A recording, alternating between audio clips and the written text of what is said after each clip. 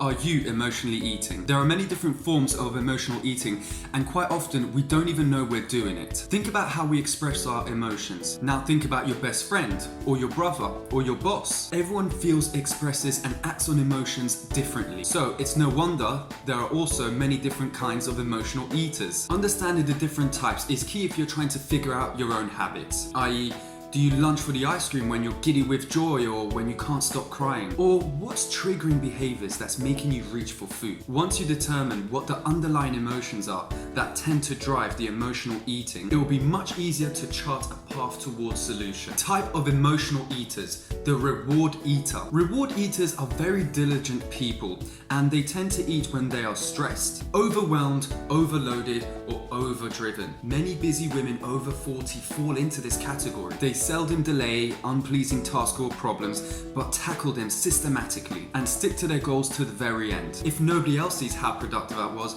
I want to at least treat myself with something good. Then they eat to reward themselves. Next, the harmony eaters. Other names for harmony eaters: influence eaters or self-esteemed eaters. As people pleasers, they find it difficult to say no. They feel socially obliged to eat and drink what everyone else is eating and drinking. Refuse means for them a massive stress, as eating less than others. As harmony eaters, they have the tendency to avoid or push down thoughts, feelings, or situations that are uncomfortable. Next, the bored eater. Bored eaters eat when they are bored. This can be at their desk, in the front of the TV, or in the car, just because it's the pattern that they always follow. They pay little attention to when they are eating and aren't aware when they are full. For them, the only thing that seems to pass the time is to eat. Other triggers for bored eaters might be frustration and the feelings of inner emptiness. Eating when bored seems to be one of the most common types of emotional eating, according to a study from the psychology department at Bowling Green State University. Next,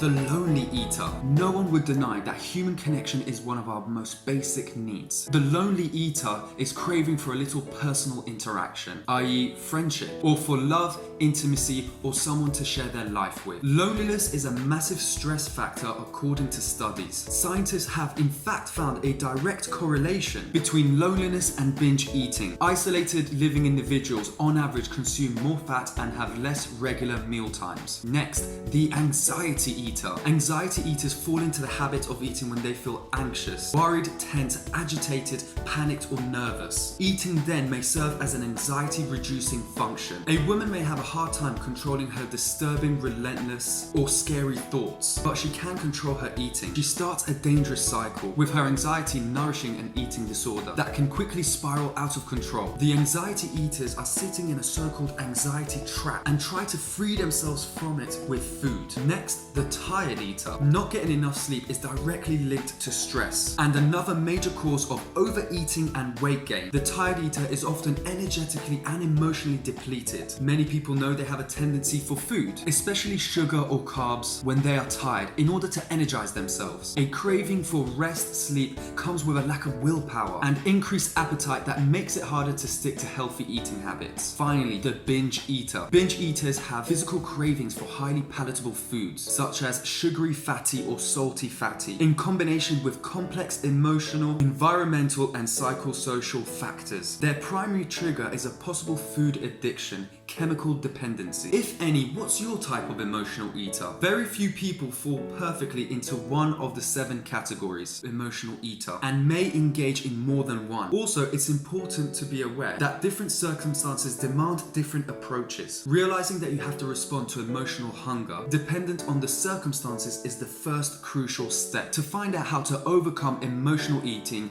email me at michael@brigopt.com and take your first step to get in shape, feel better, and have more energy.